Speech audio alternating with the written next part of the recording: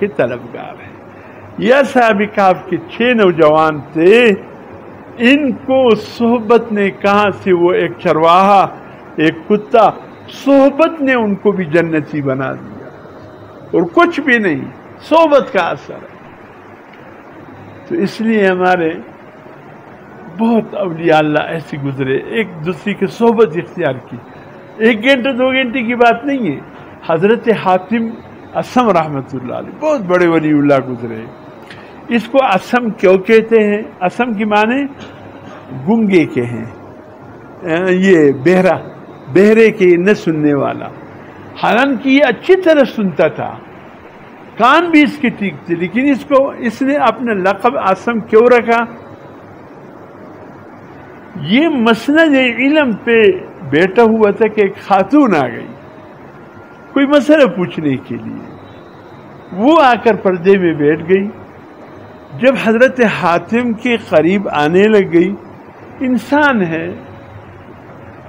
حضور صلی اللہ علیہ وسلم فرماتے تم دوسروں پر کیوں ہنستے ہو جو کام تم خود کرتے ہو؟ یعنی ہوا خارج ہو گئی، ہوا خارج ہو گئی۔